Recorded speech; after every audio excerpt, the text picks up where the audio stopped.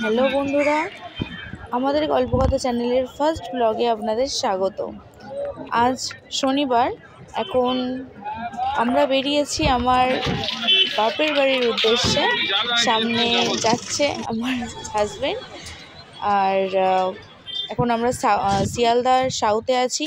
আর এখন ঘড়িতে বাজে 5টা 2। আমাদের ট্রেনটা আছে 5টা 25-এ। বুঝতেই পারছেন, শীতের সকাল, খুবই ঠান্ডা। শিয়ালদা স্টেশন মোটামুটি ভিড়, কিন্তু মোটামুটি ফাঁকা। তো ওর টিকিট কাটা হয়ে গেছে। এবার আমরা দেখবো ডায়মন্ড হারবারের ট্রেনটি কোথায় আছে। এই যে পেয়ে গেছি, 18 নম্বর প্ল্যাটফর্মে আছে। আগে হেঁটে হেঁটে যাচ্ছে এক জাদু, মানে আমার হাজব্যান্ড। দেখছেন পুরো ফাঁকা। ট্রেন এসে গেছে, এবার আমাদের ট্রেনে উঠে পড়ব।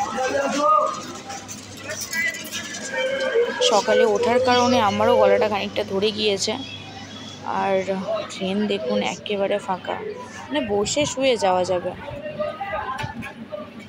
তবে আমরা বলছি এত ঠান্ডা, এত ভোর, কিন্তু বাইরের স্টেশনে লোকজন কিন্তু ভর্তি। এই দেখুন, এর তো ঘুমই এখনও কাটেনি, ঘুমের ঘরে আছে। বাইরের স্টেশন দেখেছেন? শিয়ালদা স্টেশন এরকম ফাঁকা কিন্তু আমি কোনো দিন দেখিনি। এই ঠান্ডাতেও কত লোক দেখলাম এখনও শিয়ালদা স্টেশনে আছে। না, আমরা বলি ঠান্ডা, কিন্তু আদেও অত ঠান্ডা এদের মালুম হয় না। যাই হোক, আমাদের ট্রেন ছেড়ে দিয়েছে। ও কি সুন্দর, অসাধারণ দৃশ্য। মানে দূরে কিছু দেখাই যাচ্ছে না, এতটাই মানে কুয়াশা টাইপের হয়ে আছে। আর দেখুন, সূর্যমামা মনে হচ্ছে আমাদের সাথে সাথেই ডায়মন্ড হারবার যাবে।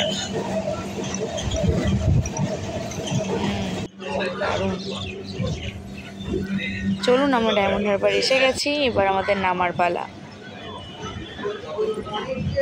এবার আমাদের নামতে হবে।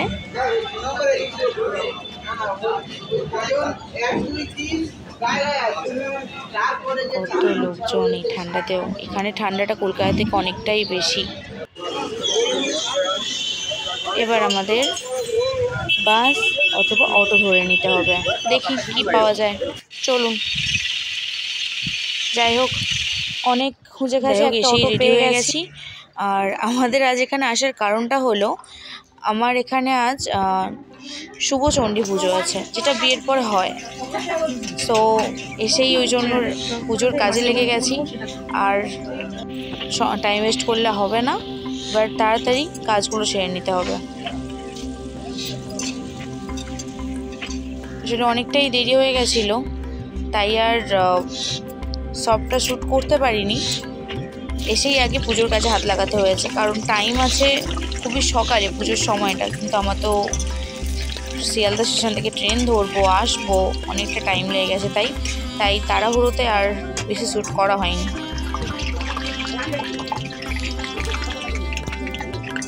ভোগের ভাজাগুলো আগে ভেজে নিই, তারপর ওদিকে রেডি করব। এই ভোগের কাজগুলো করতে না আমার খুবই ভালো লাগে, তাই মাকে বলেছিলাম, মা আর কাজগুলো এগিয়ে রাখলেও ভোগের কাজটা কিন্তু আমি গিয়েই করব। ভোগের কাজগুলো কমপ্লিট করেই আমি বসে গেছি আমার মায়ের সাথে ফলগুলো কাটার জন্য। ফলগুলো কেটে রেডি করি। ঠাকুরমশাই এসে গেছেন, ঠাকুরমশাই ওদিকে পুজোর জোগাড়জাটি করছেন। আর এটা হলো আমার এক ভাই, এই ভাইটা পুজোর কাজে একদম এক্সপার্ট, তাই মাকে বলে রেখেছিলাম ভাইকে অবশ্যই ডাকবেন।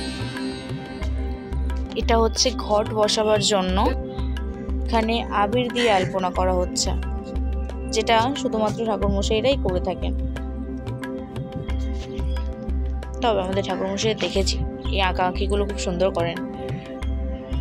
আর ভাই এদিকে রেডি করছে পুজোর বাইরে ঘর বসাবার জন্য। আমাদের কলকাতায় তো দাঁড় ঘর বসানো হয়, আর আমার গ্রামের বাড়িতে আমি দেখেছি কোনো বাড়িতে কোনো পুজো হলে বসিয়ে চারিদিক পুরো ঘরটাকে ঘেরা হয়। বাইরে ভাইয়ের ঘর বসানো হয়ে গেছে, এদিকে ঠাকুরমশাই ভিতরে ঘর রেডি করছেন, আর মা এদিকে ফল কাটছে। তাই আসার পর মনে হচ্ছিল যে যদি আগের দিন আসতে পারতাম কতটাই না ভালো হতো, মায়ের কতটা হেল্প হতো। এই যে ফলটা কেটে নিয়ে ওদিকে রেডি করতে হবে সব কিছু, টাইম আর বেশি হাতে নেই। ঠাকুরমশাইও তাড়াহুড়ো করছেন আর ভাই তো দৌড়ে দৌড়ে কাজ করছে। ওইদিকে মাসিমণি বসে গেছে ঠাকুরমশাইয়ের যাতে একটু হেল্প হয়। কলাগুলো রেডি করে দিয়েছে, ঠাকুরমশাই সেন্নি মাখবেন। মোটামুটি তাড়াহুড়ো করেই করা হচ্ছে কারণ হাতে টাইম খুব কম। আমার আসতে একটু দেরি হয়েছে, আসলে অটোটা পেতে একটু দেরি হয়ে গেছিলো। দেখা যাক কতটা তাড়াতাড়ি আমরা শেষ করতে পারি।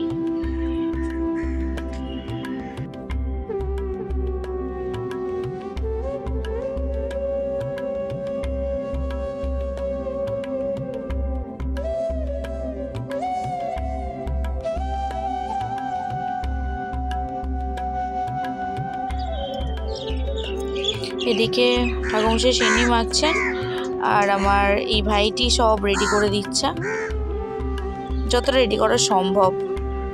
তবেও অনেক কিছুই শিখে গেছে এখন পুজোর ব্যাপারে।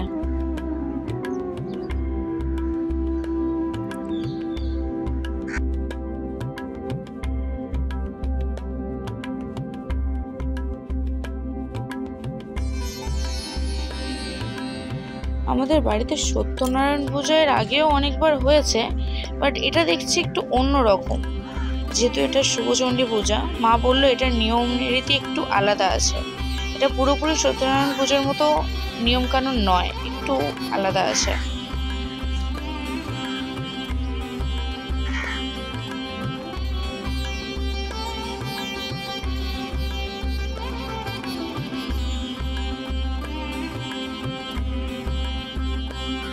চলুন এবারে ভোগের থালাটা রেডি করে নিই। তখন তো আর রেডি করা হয়নি, তখন শুধু ভেজে রেখে মোটামুটি কমপ্লিট করে চলে গিয়েছিলাম ওই সাইডের কাজগুলো সারার জন্য। এবার রেডি করে নিই।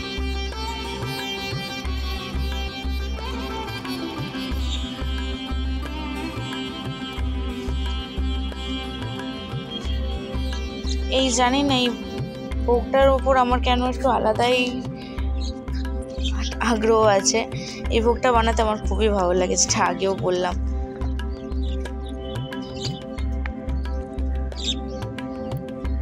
মোটামুটি সাজাবার চেষ্টা করছি, অতটা ভালোভাবে হয়তো সাজাতে পারছি না এই সময়, তারার কারণে চেষ্টা করছি ভালোভাবে সাজাবার। এবার এর ওপর সুজিটা দিতে হবে পুরো মিডিলে।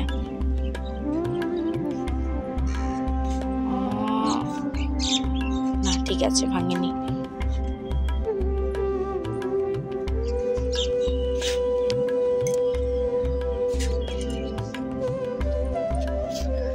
ঠিক আছে, বেশি দিতে লাগবে না, অল্প করে দিয়ে দেবো। এই দেখুন, এটা আবার আমি প্রথমবার দেখছি এই নিয়মটা।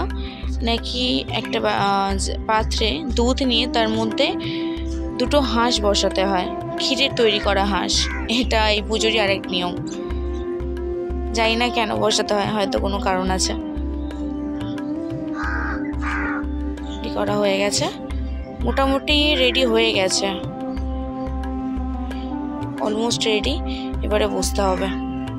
দেখি তাকে বলি রেডি হতে, সে তো এসে কাজে বসেছে।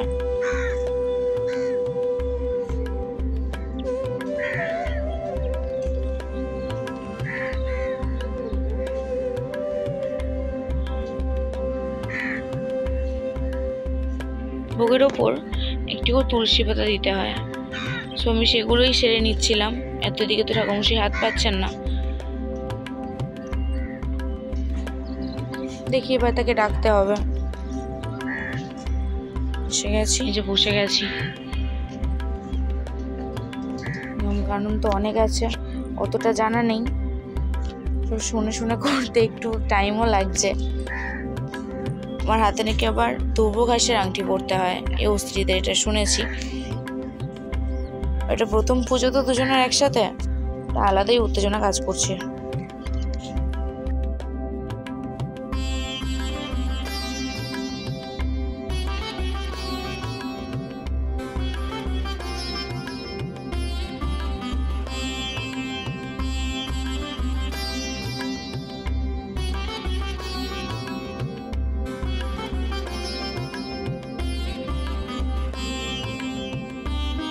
উদ্ধৃতয়াসি বরাহিন কৃষ্ণেন শতবাহনা আরুহ্য মম গাত্রাণি সর্বপাপ প্রমোচয়। একটু কপালে দিয়ে দাও, কপালে দাও, কণ্ঠে দাও, হৃদয়ে দাও।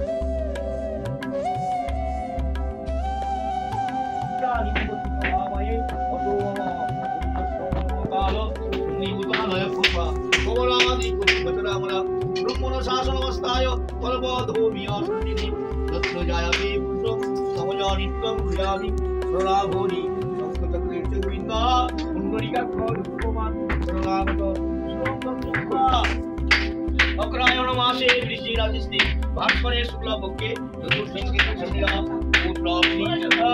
গৌতম ঋষি পুত্র সংকল্পিত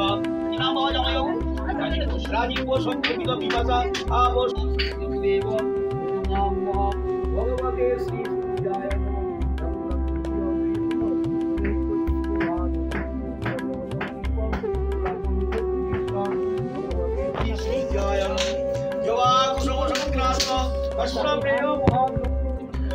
এবার হোমের প্রস্তুতি শুরু হয়ে গেছে। এবার আমাদের হোমটা হবে। এখানেও কি সুন্দর আবির দিয়ে ডিজাইন করা হচ্ছে।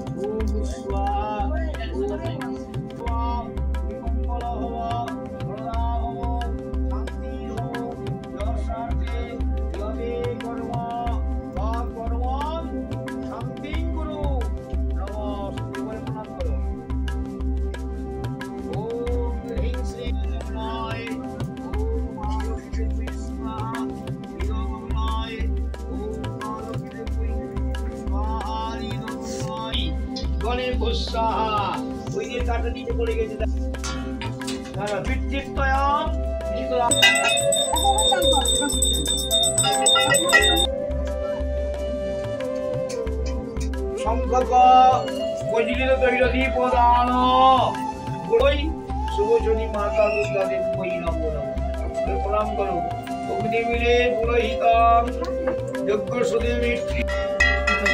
বিসর্জনের পালা। এখানেও নাকি রীতিনীতি অনেক আছে। এই যে দেখতে পাচ্ছেন মাঝে দুটো ফল ঝুলছে। এই ফলটা নাকি বিসর্জন করার পর আমাদের দুজনকে দুটো খেয়ে নিতে হয়। আর আমার হাতের ঘড়িটাতে 1 কোটি জল তুলতে হয়। পিছনে মাসিমণি ছিল, তাই আমি মাসিমণিকে ঘড়িটা দিয়ে দিয়েছি, কারণ এই শাড়ি পরে পুকুরে নামাটা আমি সামলাতে পারছিলাম না। হয়েছে দুজনকে দুটো খেতে হয়, তাই আমরা ওখানেই দাঁড়িয়ে খেয়ে তারপর উঠবো উপরে।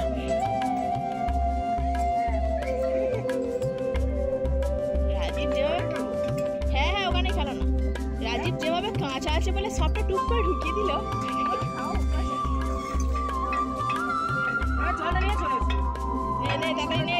রাজীব কুমারের হয়ে গেল।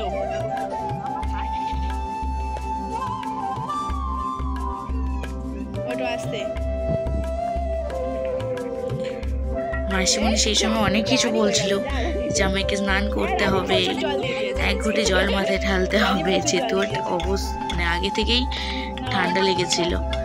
এটা মজা করে বলা, আর কিছুই না, সবাই একটু আনন্দ করছিলাম। এই যে এইটা আমাদের বাড়ির আর এক হিরো, পরে কোনোদিন আলাপ করাবো আপনাদের সাথে এই হিরোটার। পুজো করে এক্সপার্ট। এটা হলো আমার ভাই, মানে আমার মামাতো ভাই। চলুন আজকের মতো এতটুকুই, দেখা হচ্ছে পরের ভিডিওতে।